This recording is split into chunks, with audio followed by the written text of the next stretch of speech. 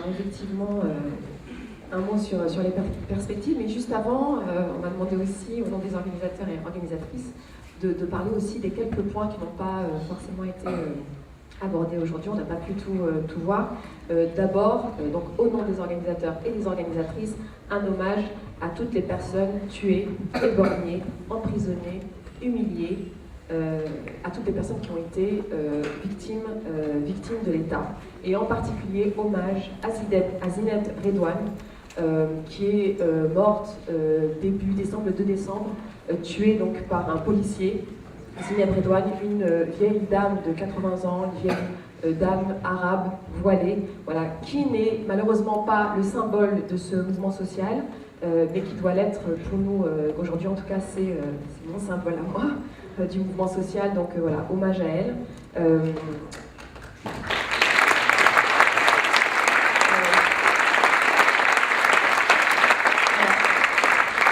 Il faut être très très malin contre l'État, parce que comme tu me rappelles souvent à ça, l'État c'est une machine de guerre. Donc c'est pas aujourd'hui le 11 mai qu'on va réussir à mettre à mal cette machine de guerre. Évidemment, ça ne peut pas être one shot. Donc évidemment, on est amené à se revoir, on est amené à préciser les choses, à se tromper, à rectifier, etc. etc. On a parlé d'autodéfense numérique, par exemple, on a parlé de clandestinité, etc., etc. Donc toutes ces choses-là, évidemment, demandent à être travaillées. Donc voilà. On est condamné à se revoir, on est condamné à agir aussi, à ne pas rester comme ça, tranquille, à l'avance du travail de Paris, mais à être en action, à être voilà, sur le terrain, etc. Donc voilà, c'est un travail de longue haleine, parce que voilà, le système, la machine de guerre, ne va pas se laisser abattre aussi facilement. Et donc, lutter, et ça il faut le rappeler, il faut le rappeler, lutter, ça va nous coûter. Voilà, c'est le jeu, en fait. Il ne faut pas s'étonner d'être réprimé. Si on est réprimé, c'est parce qu'on est vivant. Si on est réprimé, c'est parce qu'on lutte. Voilà. Et ça, c'est important de le dire. Moi, j'ai eu un rappel du fait que la lutte coûte. Bon, déjà avec Rémi Fraisse, déjà qui n'est pas mort par accident. S'il est mort, c'est parce qu'il a lutté. Mais j'ai aussi un rappel lors du mouvement des Gilets jaunes, lorsque j'entendais des Gilets jaunes de cette France dont je parlais ce matin, profonde, qui est pour moi inconnue en fait, qui me faisait peur jusqu'à il y a peu, des Gilets jaunes qui arrivaient, et semaine après semaine, malgré les images dont on a parlé médiatiques, de personnes éborgnées, tuées, blessées, etc., continuaient à venir semaine après semaine et répéter, vous l'avez certainement entendu, répéter qu'ils étaient là, quitte à mourir, c'était une question de vie ou de mort, et qu'ils allaient aller jusqu'au bout.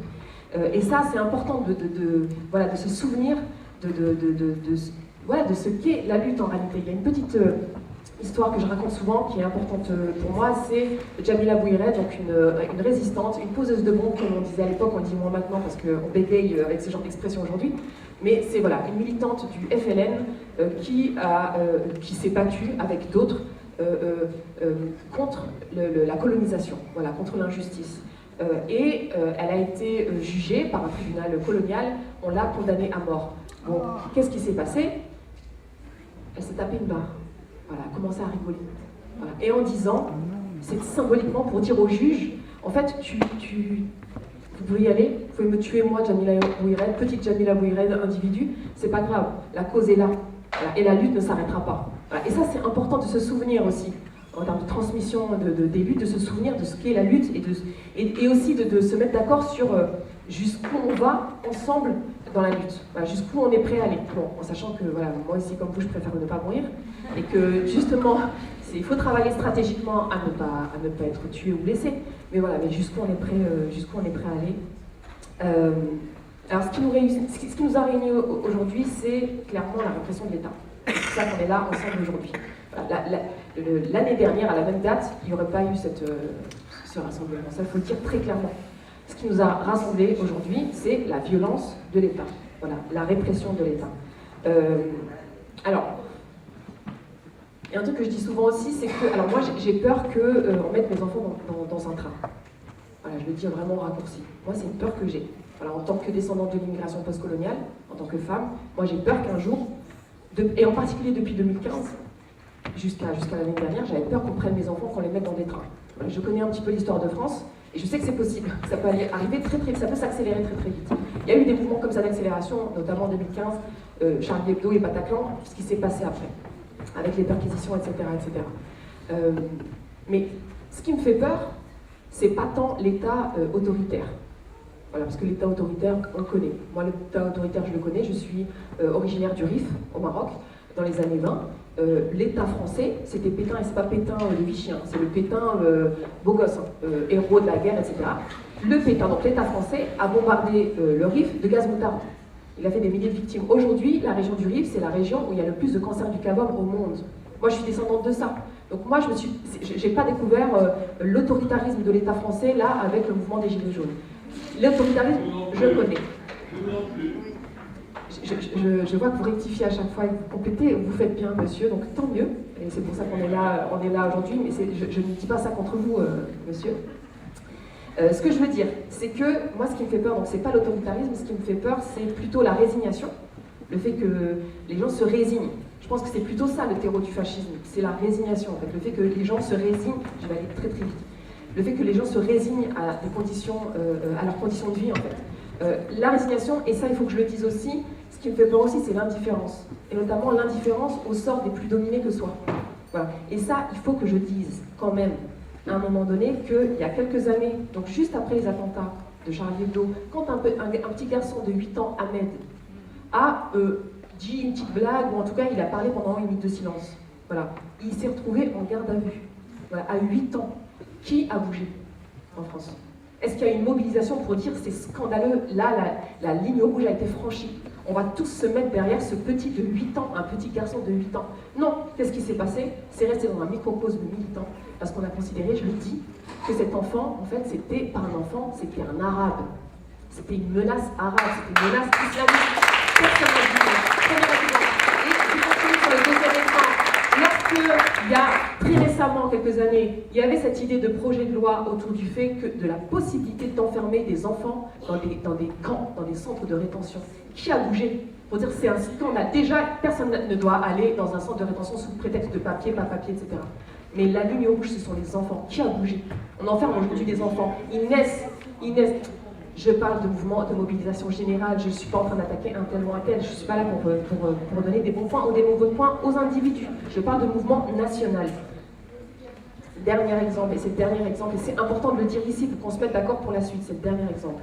Lorsque, dans les quartiers populaires, des militants sont attaqués par des organisations réactionnaires et sont qualifiés de communautaristes, d'islamistes, etc., alors on sait très bien que c'est une question de pouvoir, c'est empêcher les organisations, les quartiers populaires de s'organiser de manière autonome, c'est tout, c'est qu'une question de pouvoir. Et on utilise des étiquettes communautaristes, islamistes, etc., pour casser les pattes des gens.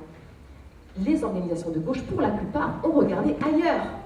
Il y a eu une indifférence de la part de ces organisations de gauche. Voilà. Quand des femmes voilées sont massivement en France discriminées dans l'accès à l'emploi, parce que c'est ça, on vit dans un pays où les femmes voilées sont discriminées, interdites d'accès à l'emploi, interdites quasiment totalement. Est-ce qu'il y a une grande mobilisation nationale? Donc monsieur, une grande mobilisation nationale de millions de personnes, comme en 83 par exemple, comme dans d'autres pays, aux États-Unis, ailleurs. Est-ce qu'il y a une grande mobilisation nationale pour dire non, nous refusons le système raciste? Voilà. Et ça, c'est important de poser cette question-là de l'indifférence au plus dominé que soi. Voilà, donc la balle est dans notre camp. En ce qui concerne la résignation, moi je parle aussi de ma résignation potentielle. La balle est dans notre camp pour ce qui concerne la résignation. La balle est dans le camp des organisations de gauche, notamment pour ce qui concerne l'indifférence, parce qu'il faut lutter contre un système d'oppression, il faut qu'on se mette d'accord sur les objectifs, lutter contre un système d'oppression, de classe, de genre, de race. Donc lutter contre, en particulier, le système raciste que subissent les Noirs, les Arabes, les Roms, les femmes voilées, etc., etc. Toutes les personnes qui subissent le racisme, donc ne me dites pas les Asiatiques, etc., j'ai dit etc., etc. Donc toutes les personnes qui subissent le racisme, je ne suis pas là pour faire un catalogue ethnique, donc toutes les personnes qui subissent le racisme, voilà, pour dire que, voilà, on se bat pour une société plus juste, plus égalitaire, mais on se bat contre ce système d'oppression dans sa globalité, ou alors c'est pas la peine, il faut aller cultiver la tomate ailleurs. Si on ne se bat pas contre l'intégralité du système d'oppression, on va pas se mettre d'accord sur les objectifs. Alors, sur comment on lutte, et je termine là-dessus, sur comment on lutte ensemble, ça a été dit, mais je le dis juste avant de donner les dates, comment on lutte sur des luttes concrètes, là où on est, au niveau local en particulier, parce que c'est là que ça se passe, Il faut travailler, ça a été dit, à une mobilisation de masse. C'est pas la peine de se convaincre ici entre nous, on est globalement d'accord. Il faut travailler à une mobilisation de masse. Donc par exemple, quand on dit les quartiers populaires, il faut y aller par exemple, les quartiers populaires. C'est pas ici Paris République qu'on va toucher, qu'on va mobiliser les quartiers populaires. Donc il faut travailler là où on est sur des luttes concrètes et quotidiennes. Les dates et perspectives, parce que c'était pour ça en fait que j'étais là à la base, même si j'ai fait une longue petite introduction. Samedi 18 mai, appel de l'Assemblée des Assemblées des Gilets jaunes à Saint-Nazaire, avec pour un acte national et donc pour l'amnistie des prisonniers et condamnés du mouvement des autres luttes et des quartiers populaires, donc le 18 mai. Le 28 mai, pour ce qui nous concerne ici, une réunion publique pour tirer le bilan de cette journée et dessiner les perspectives et actions communes pour la suite, donc ici à la Bourse de Travail de Paris, le 28 mai. Toujours le 28 mai, soutien aux décrocheurs à Bourg-en-Bresse, ça a été dit ce matin. Le 6 juin, Lumière. Une mobilisation, je termine sur les dates très vite, une mobilisation contre les violences dans l'éducation nationale et c'est porté par Sud Éducation, voilà, le 6 juin. Le 15 juin, marche de commémoration pour l'ami Dieng aux Amandiers à Paris. Fin juin, une journée d'action et de rencontre sur l'écologie dans les quartiers populaires, la question de l'alternative végétarienne, l'assignation en résidence, la présence policière dans les sites, etc. À Bagnolet, c'est fin juin. On donnera les précisions, voilà, on donnera les précisions plus tard. Le 20 juillet, ça a été rappelé par Assa Traoré, rendez-vous à Beaumont-sur-Oise. Le 11 septembre, les décrocheurs, donc qui sont devant la chambre, la 16e chambre, voilà, les décrocheurs. Pas de justice, pas de paix, gloire à nos luttes, et la lutte continue.